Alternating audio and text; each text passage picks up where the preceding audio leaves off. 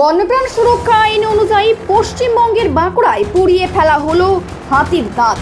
ছোট বড় 57টি বিভিন্ন আকারের এবং ওজনের হাতির দাঁত পুড়িয়ে ফেলল বাঁকুড়া বন দপ্তর। মঙ্গলবার বাঁকুড়া বন দপ্তর ছোট বড় 57টি বিভিন্ন আকারের এবং ওজনের হাতির দাঁত পুড়িয়ে ফেলল। ছোট বড় 57টি বিভিন্ন আকারের এবং ওজনের হাতির দাঁত পুড়িয়ে ফেলল বাঁকুড়া বন দপ্তর। বিগত 10 বছর যাবৎ বিভিন্ন দুর্ঘটনায় মৃত হাতির দাঁতগুলিকে সংরক্ষণ করে রেখেছিল বাঁকুড়া বন দপ্তর। মঙ্গলবার 12টা নাগাদ বাঁকুড়া জেলার বড়জোড়ার একটি বেসরকারি ভস্যকারী সংস্থায় ডিএফও নর্থ উমর ইমাম, ডিএফও পাঞ্চেত অঞ্জন গুহ এবং কেন্দ্রীয় চক্রের মুখ্য বনপাল এস কুনাল ডাইভেলের তত্ত্বাবধানে পুড়িয়ে ফেলা হলো এই হাতির দাঁতগুলি। কি নিজের কানকে বিশ্বাস করতে পারছেন না? 24 কেজি 25 কেজি ওজনের হাতির দাঁতগুলিকে ঢুকিয়ে দেওয়া হলো 1000 ডিগ্রি সেলসিয়াসের চুল্লিতে। বাঁকুড়ার বন দপ্তরের বিশেষ বার্তা সমাজের প্রতি যে বন্যপ্রাণকে বাণিজ্যিকরণ করা যাবে না। বন্যপ্রাণ সুরক্ষা আইন অনুযায়ী পশ্চিমবঙ্গের বাঁকুড়া জেলাতে করা হলো হাতির দাঁত নষ্ট করার কর্মসূচি। এছাড়াও উপস্থিত ছিলেন জেলা পরিষদের বন ও ভূমি কর্মাধ্যক্ষ চিত্তরঞ্জন মাহাতো। আমরা পাঞ্চেত থেকে 12টা এবং আমি বাঁকুড়া সাউথের দায়িত্বে আছি। বাঁকুড়া সাউথ থেকে ওরকম 9-10টি দাঁত আমরা এখানে নিয়ে এসে আমরা একসাথে করছি। সাহেব, আপনার নাম একটু? আমার নাম অঞ্জন গুহ, আমি ডিএফও পাঞ্চেত, বর্তমানে বাঁকুড়া সাউথের দায়িত্ব। Thank you sir. তো অনেক হাতিদাঁত আছে ও হাতিদাঁত অনেক কারণ মারা গেছে, কোনো ইলেকট্রিফিকেশন, ন্যাচারাল ডেথ। তো হাতিদাঁত আমাদের স্টোরেজ মধ্যে প্রিজার্ভ আছে।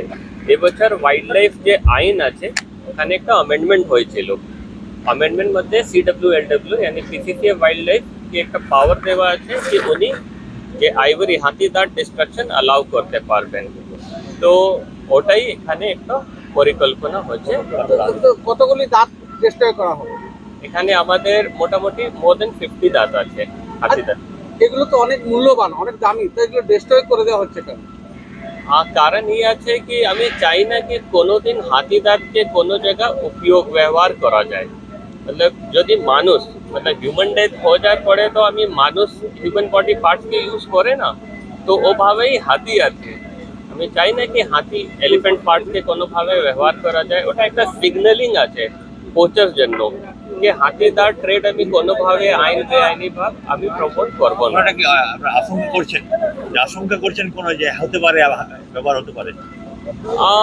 একটু যদি স্টোরেজ থাকে, আমি জানি না পুরো একটু সেফ কাস্টাডি আছে, প্রোটেকশন আছে, বাট ভবিষ্যতে কিছু হতেই পারে। গোয়া থেকে আপনারা করেছেন এগুলো তো সাহেব, এগুলো তো একটা স্টোরেজ করে একটা এক্সিবিশন করা যেত। এটা ওটাও ঠিক, বাট একটা যে গভর্নমেন্ট আছে, গভর্নমেন্ট একটা পরিকল্পনা আছে কি না এটাকে ডিস্ট্রয়েড করা যায়। ডিস্ট্রয়েড করা হওয়ার পরে ইভেন এক্সিবিশন গভর্নমেন্ট চাই না যে এক্সিবিশন প্রমোট করা যায়। আনুমানিক এগুলো মূল্য কত হবে, কত দাম হতে পারে? ওটা আমি বাদে আছে, ওটাকে কোনো আমি ভ্যালু অ্যাসাইন করব না, ঠিক আছে? ওটা বাদে আছে আর কোনো ভ্যালু অ্যাসাইন করা যাবে গোয়া না। থেকে আপনারা পেয়েছেন গোয়া থেকে? এটা মোস্টলি এলিফ্যান্ট যে ন্যাচারাল ডেথ হয়েছিল, তো ন্যাচারাল ডেথ হওয়ার পরে তো এলিফ্যান্ট मतलब পুরো কার্কাস বার্নিং হয়ে যায়, বাট আইভরি বার্ন হবে না, তো সব স্টোরেজ ছিল। কতদিন ধরে পড়ে আছে এগুলো? 10 বছর। 10 বছর। এটা কি 3টে সাব ডিভিশন? 3 জায়গা পুরো থেকে? বাঁকুড়া জেলা পুরো বাঁকুড়া জেলা 3টা ডিভিশন আছে, বাঁকুড়া নর্থ, বাঁকুড়া সাউথ, পঞ্চায়েত 3টা ডিভিশন। কতগুলি আছে? মোর দেন 50 আছে, আমাদের 35 আছে Bankura north division. Panchet around 12টা আর বাঁকুড়া সাউথ 10টা, জাস্ট 22, তো 57 আছে। 57। এটা কি কোথাও হয়েছে না এটা প্রথমবার হচ্ছে?